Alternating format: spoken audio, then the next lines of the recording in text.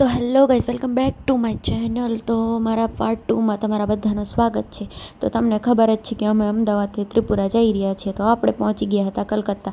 તમને બધાને ખબર છે કે કલકત્તા અમારો હોલ્ડ હતો. તો કલકત્તા અમે આવી ગયા છીએ અને જુઓ, હજુ લેન્ડિંગ થયું નથી. ઉપરથી કંઈક આકાશ આવું દેખાતું હતું અને જુઓ, હાઈવેને બધું કેવું નાનું નાનું દેખાતું હતું. હવે લેન્ડિંગ થવામાં આઈ થિંક 5-7 મિનિટની વાર હતું હજુ, પણ મેં તમારા માટે ઉપરનું દ્રશ્ય રેકોર્ડ કરવા માટે આખો વિડીયો રેકોર્ડ કર્યો હતો. આખો આમ જોવા જઈએ ને તો મારે 10 મિનિટ સુધીનું લેન્ડિંગ વિડીયો થયો હતો, પણ મેં તમને કટશોટ કરીને તમને બતાવવા માટે આવી રીતે રેકોર્ડિંગ કર્યું છે. તો તમે ઉપરથી જુઓ કેટલું મસ્ત વાતર લાગતું હતું. તમને એવું લાગે છે ને કે એકદમ ધીમે ધીમે ચાલે છે, પણ એકચ્યુઅલીમાં વિમાનની સ્પીડ બહુ જ ફાસ્ટ હોય છે. પ્લેન ફાસ્ટ જઈ રહ્યું હોય છે, એ તમને એવું લાગે છે કે ધીરે ચાલે છે. અને અહીંયા બહુ જ વરસાદ પડ્યો હતો, એના કારણે તમે જો ઉપરથી તમને બધું પાણી ભરેલું જ દેખાશે. નાના નાના ખેતર કેવા ચોસલા જેવું દેખાય છે, કેકના કટકા મૂક્યા હોય એવું. અને ઉપરથી પાણી કંઈક આવું દેખાય છે. જો આ દેખાય છે ને પાતળી પટ્ટી જેવું, એ નદી છે. ઉપરથી નદીનું વાતાવરણ કેવું મસ્ત લાગી રહ્યું હતું. તો કલકત્તામાં બહુ જ વરસાદ હતો હજુ, અને ત્યાંથી અમે અગરતલા સાઈડ જવાના હતા, ત્યાં પણ બહુ જ વરસાદ હતો. તો ઇટ્સ ટાઈમ ટુ લેન્ડિંગ. તો જો પ્લેન બહુ નીચું આવી ગયું છે અને તમને એવું લાગે કે આ નીચું જ્યારે લેવલ કાપતું હોય ને, જ્યારે આપણે ચગડોળમાં ઉપરથી નીચે આવતા હોય ને, એવી ફિલિંગ્સ આવી રહી હોય છે. અને વાતાવરણ બહુ મસ્ત હતું અને અમે બહુ દૂર આવી ગયા હતા અહીંથી.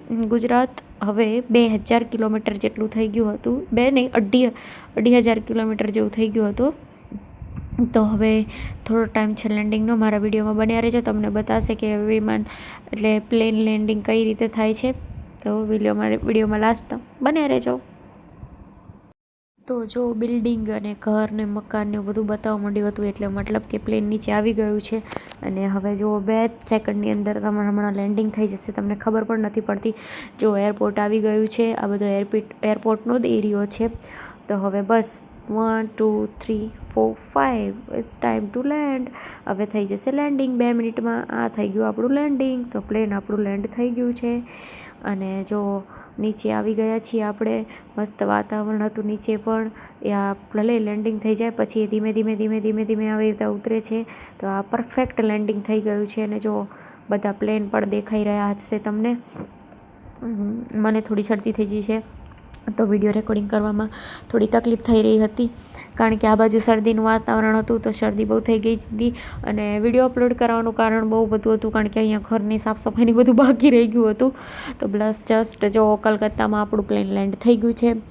અને આ છે કલકત્તા ઇન્ટરનેશનલ એરપોર્ટ, અને જ્યાં બધા પ્લેન ને બધું આવી રીતે રાખેલું હોય છે. જો તમે બધું જોઈ શકો છો નજીકથી. આ એરપોર્ટ પાછળથી કંઈક આવી રીતે દેખાતું હોય છે, જે આગળથી તમને મસ્ત હર્યું ને ડેકોરેશનવાળું દેખાતું હોય છે. તો બસ અમે ઉતરી ગયા છીએ પ્લેનની નીચે અને આવી ગયા છીએ એરપોર્ટની અંદર. તો જો બહારનું એરપોર્ટ રહી ગયું બંધ બહાર, અને હવે અમે જઈશું આગળની તરફ. થોડું વાતાવરણ સરસ હતું નહીં, અહીંયા વાતાવરણ વરસાદનું હતું, એટલે ધૂંધળું વાતાવરણ આવતું હતું. તો હું ને મારા હસબન્ડ બધો સામાન લઈને આવી ગયા છે કલકત્તા ઇન્ટરનેશનલ એરપોર્ટ ઉપર. અહીંયા બધું જોવાનું મસ્ત હતું. જ્યારે આપણે શોકેસમાં મૂકીએ છીએ એ રીતે બધી અલગ અલગ પ્રતિકૃતિ મૂકેલી હતી, જે અહીંયા બંગાળનું કલ્ચર તમને રિપ્રેઝન્ટ કરતું હતું. તો તમે જોઈ લો. અહીંયા જો કલ્ચરમાં વાઇઝ આપણે જેમ માતાજીને પૂજીએ છીએ, તેમ અહીંયા લોકો દુર્ગા માને પૂજતા હોય છે. મને મારા હસબન્ડને કહી રહી હતી કે ભૂખ બહુ લાગી હતી, તો મારા હસબન્ડ કહે છે કે આપણે આગળ જઈને કંઈક ખાઈશું. તો ફરીથી પણ જો આવતા ડેકોરેશનનું કંઈક આવેલું હતું. મારા હસબન્ડ કે એ બાજુનું રિઝલ્ટ સારું નથી આવતી, તું આ બાજુનો કેમેરો ફેરવી નાખ. તો અમે કેમેરો આ બાજુનો ઉલટો કરી નાખ્યો હતો. જો હવે અમે જઈશું આગળની તરફ. અમારે છે ને ઉપરના માળે જવાનું છે, કારણ કે આપણું પ્લેન ત્યાં ઉપર આવવાનું છે. અહીંયા એકચ્યુઅલીમાં આપણે હોલ્ડ છે. તો હવે મારા હસબન્ડને હું કહેતી હતી કે કંઈ શાયરી બાયરી યાદ આવે છે, તો એમને શાયરી કંઈક બોલતા હતા, પણ રેકોર્ડ થયું ન હતું. પણ પછી અમે આવી ગયા હતા ફૂડ કોર્ટમાં. અને જો મારા હસબન્ડને કહેતી હતી કે શું ખાવું છે, તો કે આપણે લિફ્ટમાં પહેલાં ઉપર જતા રહીએ અને પછી ત્યાં જઈને ખાશું.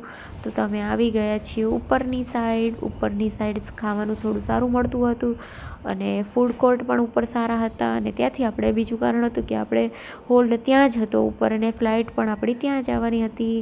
તો જો જય દુર્ગામાં રસ્તો ખુલી ગયો છે આપણો લિફ્ટનો, ને આવી ગયા છે આપણે ફૂડ કોર્ટમાં. ખાવાનું તો કંઈ શું જેવું લાગતું ન હતું, પણ મેં મારા હસબન્ડને કીધું કે મારે ડોનટ ખાવું છે, તો કે ચલો તને કોઈ મના કરી શકે. તો તમે ત્યાંથી આગળ ગયા. અમારે 14થી 25 નંબરના ગેટ ઉપર જવાનું હતું, ત્યાં અમારું હોલ્ડ હતું. જો મારા હસબન્ડને ચાલવાનું કટતું હતું તો જો સ્લાઇડરમાં બેસી ગયા હતા, તો પણ ચાલવા મળે. એકચ્યુઅલી માની પર ઊભું રહેવાનું હોય છે. જુઓ તમને દેખાય છે આવી રીતે આરામથી. તમારે વજન હોય તો તમે આની ઉપર આવી રીતે આવી શકો છો.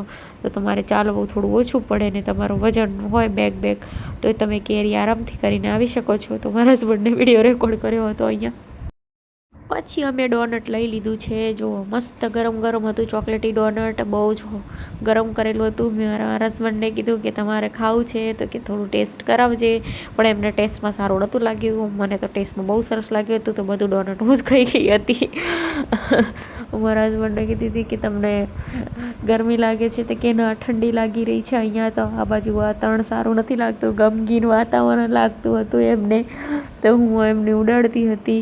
મને કે તારો પણ દિવસ આવશે. મેં કીધું હા. પછી જો અમે 14 નંબરના ગેટ ઉપર આવી ગયા છીએ, અને અહીંથી બસ આપણું જો હવે બોર્ડિંગ ચાલુ થઈ ગયું છે. તો અમે ચેકિંગ કરાવીને હવે અંદર આવી ગયા છીએ. અહીંયા એટલું ખાસ ચેકિંગ તમારું થતું નથી, કારણ કે તમે ફર્સ્ટ ઇન્ટરનેશનલ એરપોર્ટ જે અમદાવાદથી ચેકિંગ કરાવીને આવ્યા હોય છે, તો આ બાજુ એટલું બધું ચેકિંગ થતું નથી. મારા હસબન્ડ તમને ટિકિટ બતાવી રહ્યા છે.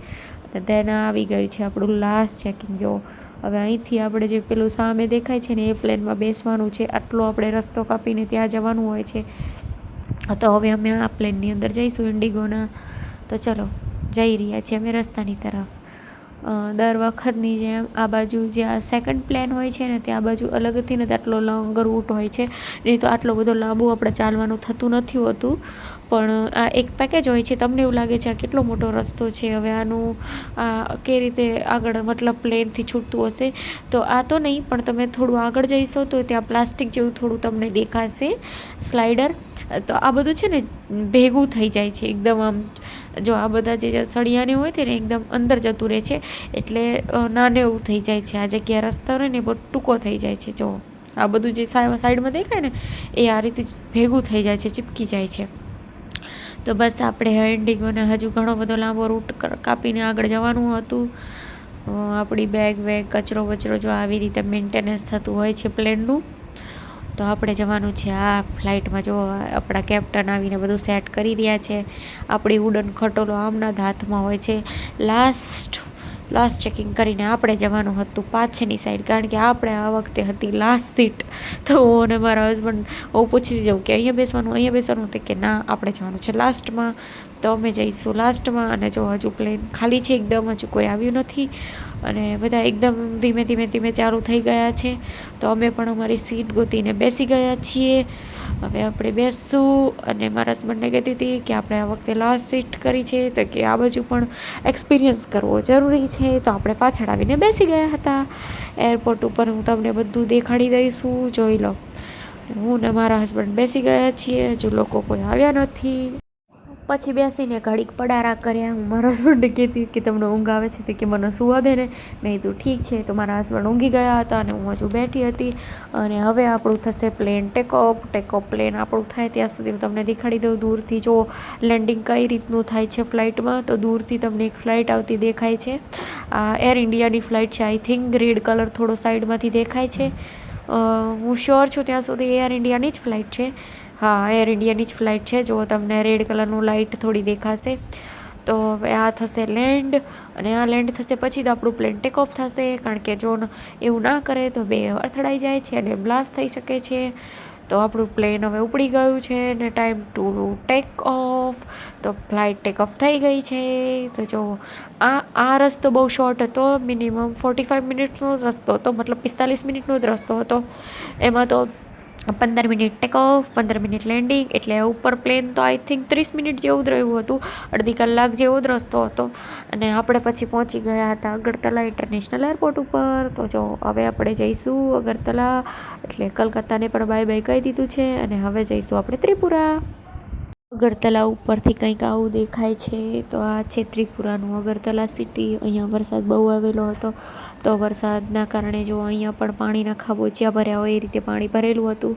અને બસ હવે પ્લેનનું લેન્ડિંગ થવાની જ વાર હતી. તો હવે આપણું પ્લેન લેન્ડ થઈ ગયું છે. અને જો આરામથી લેન્ડિંગ થઈ ગયું હતું પ્લેન. આ છે અગરતલા ઇન્ટરનેશનલ એરપોર્ટ.